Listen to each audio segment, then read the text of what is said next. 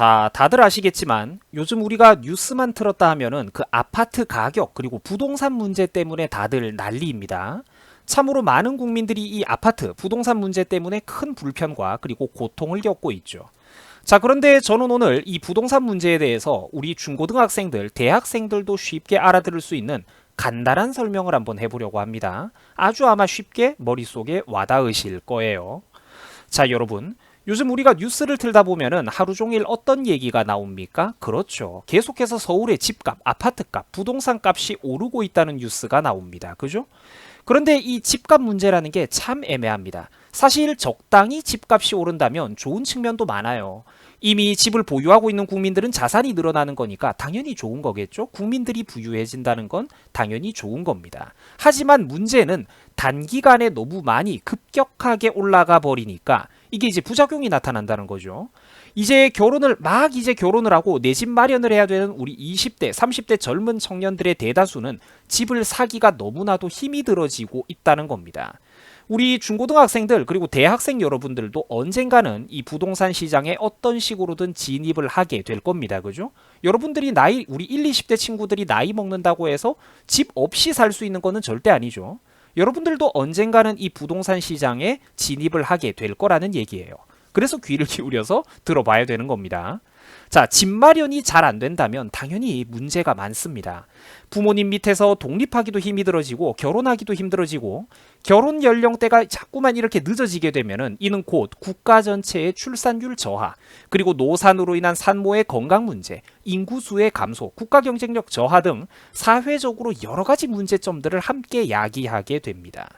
또한 이 부동산에만 다른 경제 분야에 비해서 부동산 시장만 너무 이렇게 가격이 올라가 버리면 사람들이 너도 나도 돈을 벌기 위해서 그 시중에서 기업 활동을 하거나 개인 사업에다가 투자하지를 않고 다른 곳에 투자돼야 될 돈이 과도하게 부동산 시장으로만 모이게 되는 투자의 편중 현상이 일어나게 됩니다. 자, 이러면은 기업이나 사업 활동에 국민들의 돈이 모였을 때보다 안 좋겠죠. 국민들의 일자리 창출, 고용 효과가 아무래도 사업 활동이 활발하게 돌아가는 나라보다 부동산에만 과도하게 매몰된 나라는 그 국민들의 일자리 창출도 떨어지고 고용 효과도 떨어지게 될 겁니다. 그래서 이제 부동산 문제가 떨어지는 것도 문제인데 반대로 또 이제 너무 오르는 것도 문제가 있다는 거죠. 그러니까 명과 암이 있어요. 무조건 한쪽만 좋은 거는 아니고. 그러니까 요즘 내 집 마련이 절실하고 결혼은 준비를 이렇게 시급하게 해야 되는 우리 20대, 30대가 이것 때문에 참으로 죽을 맛입니다. 그런데 요즘 이런 현상을 바라보면서 궁금한 분들도 계실 거예요. 여러분, 이 서울의 집값이라는 거, 부동산 가격이라는 게 왜 자꾸만 오르는 걸까요? 인구가 늘어난 것도 아닌데 왜 내리지는 않는 걸까요? 참 신기하지 않습니까? 이 왜 자꾸 서울의 부동산 값, 집값이라는 게 오르는 걸까? 거기에는 중요한 몇 가지 이유가 있는데 먼저 배경 지식 설명 좀 간단하게 드리고 넘어가도록 하겠습니다. 아마 오늘의 이 영상 포인트는 학생 여러분들도 충분히 알아들으실 수가 있을 거예요. 자, 최근에 다들 알다시피 문재인 정부에서는 요즘 집값을 잡아보기 위해서 아주 강력한 규제와 통제를 벌이고 있습니다.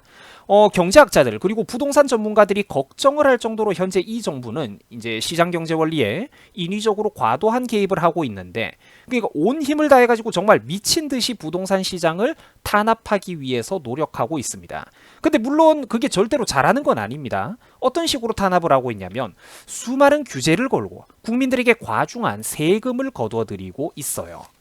그래서 최근 그토록 견고해 보였던 민심, 지지율이 급격하게 이탈하는 현상이 바로 그래서 나타나고 있는 겁니다. 부동산 정책을 잘 못했기 때문에 국민들이 분노하는 거예요. 30대, 40대, 30세대 등등 비교적 젊은 국민들도 이제는 비로소 대가리가 깨졌다라고 외치면서 상당수가 지금 이렇게 길거리로 나와가지고 정부를 향해서 항의의 목소리를 내고 있습니다. 여러분, 이 사람들은 왜 거리에 나와가지고 불만을 표출하는 걸까요? 맞습니다. 국민으로서 자기들의 사유재산권을 지키기 위해서예요. 저는 저분들이 지극히 정당하고 합리적인 행동을 하고 있다고 생각을 합니다. 왜냐하면 지금 이 정부가 집을 단 한 채만 갖고 있어도 그거를 투기라고 부르질 않나? 부동산 시장을 한번 잡아보겠다고 서울에 집 가지고 있는 국민들을 전부 다 죄인 취급하고 있기 때문입니다. 엄청난 세금을 매기려고 하니까 국민들이 저항권을 발동하고 있는 그런 상황이 바로 지금 이거예요. 자, 그런데 혹시 설마 이것 또 설마 우리 인이 좋다고 헤헤 우리 부모님이 평생 피땀 흘려 모은 재산들 세금으로 이거 다 세금으로 뜯어가 주세요. 우리 부모님이 모은 재산을 다 뜯어가 주세요. 인이랑 민주당은 좋은 사람들이니까 좋은 데 써줄 거라고 믿어요. 야호 세금 많이 내니까 신난다. 뭐 이런 학생들은 제가 차마 없을 거라고 믿겠습니다. 제가 믿어볼게요. 자, 근데 솔직히 제가 좀 걱정이 됩니다. 믿기 힘드시겠지만 이만큼 바보 같은 사람들도 대한민국에는 정말 많기 때문입니다. 우리 부모님이 평생 동안 피땀 흘려 모은 재산을 나라에서 다 빼들어가 주세요. 이렇게 말하는 국민들이 엄청나게 많아요. 그러니까 자기들은 뺏기는지 모르지만 모르면서 지지하는 거지만 말이죠. 자, 근데 어쨌든 다시 본론입니다. 참 재밌는 게 하나 있어요. 저렇게까지 정부가 인위적으로 가격을 통제하려고 애를 쓰는데도 어째서 서울 지역의 집값과 부동산 가격은 계속해서 올라가는 걸까요? 요즘 흐름을 보면은 오히려 서울뿐만 아니라 이제는 경기도 주변에 있는 신도시까지 부동산 폭등이 확장되고 있습니다.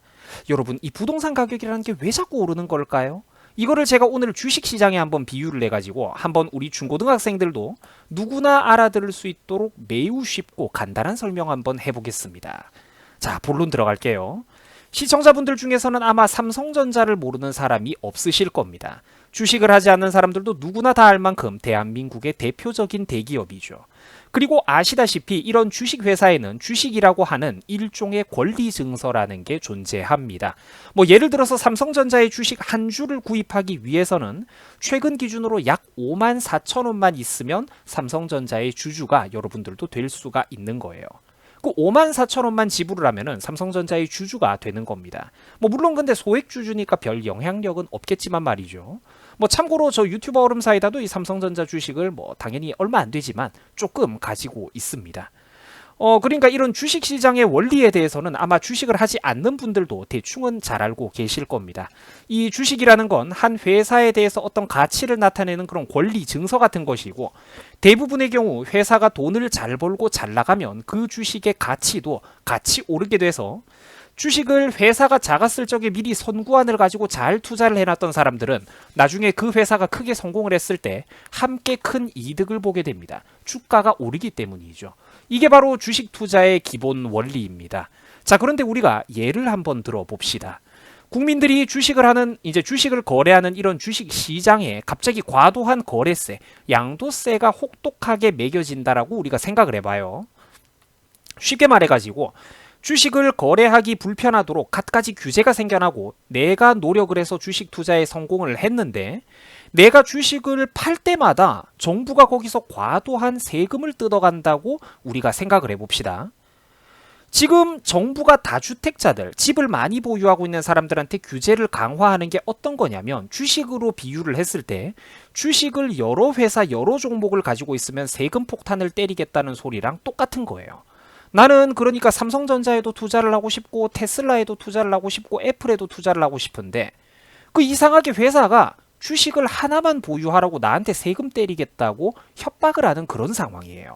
똑같은 거라니까요. 이러면 봐봐, 주식을 여러 개 보유하는 사람한테 세금 폭탄을 때리겠다, 이러면 어떤 일이 발생을 할까요? 이러면 사람들이 소위 부동산 시장의 그 똑똑한 한 채라는 말이 요즘 유행하는 것처럼 이 똑똑한 한 채라는 건 서울이나 강남 같은 그런 좋은 지역에 있는 가치가 안정적인 집을 말하는 건데요. 이런 사람들이 부동산 시장에서 똑똑한 한 채를 말하는 것처럼 주식 시장에서도 똑똑한 한 주만 보유하려고 된다는 겁니다. 왜냐? 여러 개의 주식을 보유하면 세금을 많이 때린다고 하니까요. 그래서 주식에서도 똑똑한 한 주를 보유하려고 하게 된다는 겁니다. 다시 말해가지고 사람들의 투자 성향이 급격하게 보수적으로 안정성만 선호하게 된다는 거예요. 이러면은 어떤 일이 발생하느냐? 사람들이 삼성전자 같은 안전하고 신뢰도 확실한 극소수 대형주에만 올인을 하게 된다는 겁니다. 당연히 이렇게 되겠죠, 여러분들. 대기업 우량주들의 주가가 급상승하게 될 겁니다. 그런데 지금 이게 바로 서울 강남 지역에 있는 그런 부동산 가격이 계속 오르는 현상과 똑같다는 거예요. 왜냐? 부동산 시장에서 대기업 삼성전자가 누굽니까? 바로 서울과 강남 부동산 아닙니까? 똑같다니까요. 돈이 그래서 지금 미친 듯이 몰리고 있는 거예요. 사람들이 전부 다 삼성전자만 찾으면은 그게 아무리 대형 회사라고 해도 그 대기업의 주식들 유통되고 있는 물량에는 씨가 마르게 될 겁니다. 서울에 있는 아파트 그리고 강남 부동산 가격이 계속 오르는 게 바로 이것 때문이에요. 서로 사려고 다투는 사람들은 많은데 시장에 나와 있는 매물이 없으니까 약간의 거래만으로도 가격은 크게 상승하게 되는 겁니다. 이러면은 주식시장의 경우 대형주조차도 작전주처럼 변질되어 버립니다. 인위적으로 주가를 조작하는 종목 마냥 불안정하게 가치가 널뛰기를 하게 된다는 거예요. 그런데 이런 식으로 정부의 어리석고 아마추어틱한 규제로 인해서 대기업 우량주에만 모든 투자가 몰리게 되어 버리면 자금 수혈이 꼭 필요했던 다른 주식 종목들, 회사들은 가치가 하락하게 되고 몰락하게 된다는 겁니다. 지금 그래서 실제로 지방에 있는 다른 부동산들이 폭락하고 국민들이 또 힘들게 고통을 겪고 있죠. 제가 집값이 내린다고 해서 또 무조건 좋다고 한 게 아닌 게 바로 이런 것 때문입니다. 지방에서 그 이제 결혼을 하고 이렇게 직장을 얻으신 분들이 약간의 대출을 끼고 이렇게 비싼 집을 샀는데 그 지방에 있는 부동산 가격이 갑자기 대다수 국민들이 구입했을 때보다 그 가격이 폭락해 버리면 그 젊은 국민들은 순식간에 빚더미에 앉게 되는 겁니다. 왜? 나는 비싸게 지방에 있는 어떤 아파트를 그러니까 물론 서울보다는 값이 싸지만 뭐 비싸게 몇억 원의 돈을 줘가지고 나름대로 지방에 있는 아파트를 샀는데 그게 갑자기 부동산 시장이 침체돼가지고 가격이 다운돼 버리면은 나는 그 대출 아파트를 구입하기 위해서 은행으로부터 빌렸던 돈을 갚을 방법이 없겠죠. 월급만으로 어떻게 그걸 갚습니까? 그죠? 그래서 그 부동산 가격을 단순하게 보면 안 된다고 제가 여러 번 설명했던 게 뭐 그것 때문인데 그러니까 두 가지 악재가 나온다는 것이죠.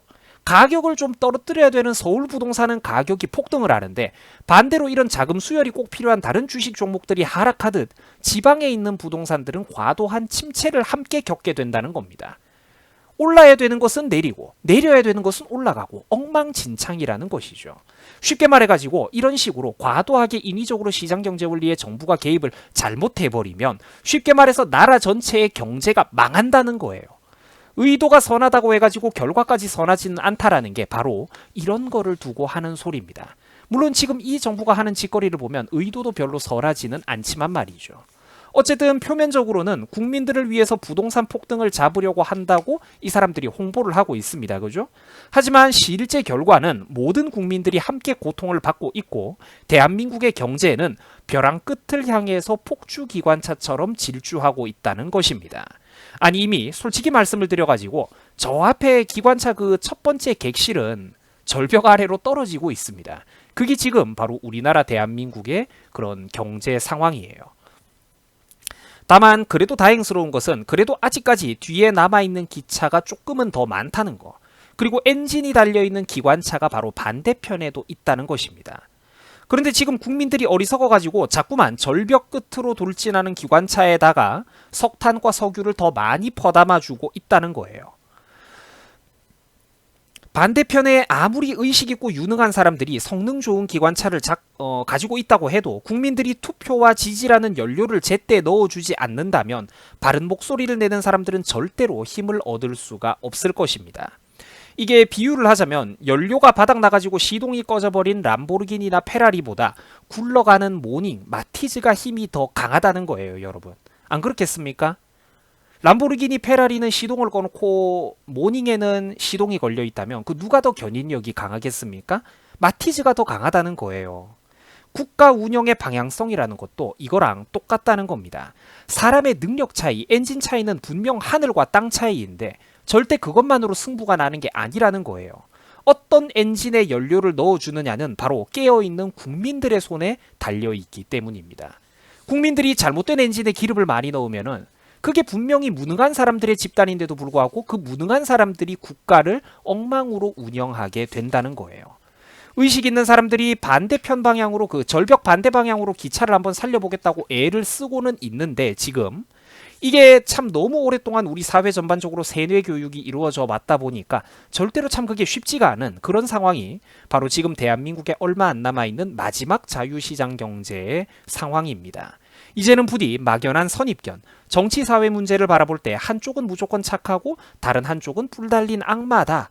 이런 생각은 이제 제발 좀 우리 시청자 여러분들께서 졸업을 하셔야 됩니다. 버리셔야 돼요. 안 그러면 저 무거운 세금 뜯기가 마침내 학생 여러분들이 살고 있는 레벨까지 내려오게 되는 그런 상황이 금방 생기게 될 겁니다. 재벌과 기업을 쥐어짜고 그 마른 걸레 쥐어짜봤자 물이 안 나오니까 이제 중산층을 쥐어짜고 중산층 다음에는 누구겠습니까? 절대 다수의 서민들이라는 거예요.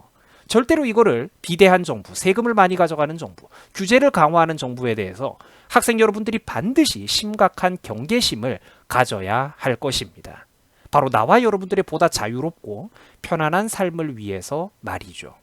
이 세상 모든 것들이 정치 사회 문제와 연결이 되어 있습니다. 자, 여러분들 이렇게 비 내리는 바쁜 주말에 다들 또 긴 영상, 지루한 영상 듣느라 참으로 수고 많으셨습니다. 저는 또 응원해 주시는 우리 시청자 여러분들의 소중한 응원을 또 힘으로 앞으로도 좀 최대한 이렇게 재미있게 알아듣기 쉽게 가슴속에 와닿는 또 영상을 찍기 위해서 많은 노력을 하겠습니다. 여러분들 고맙습니다. 수고하셨습니다.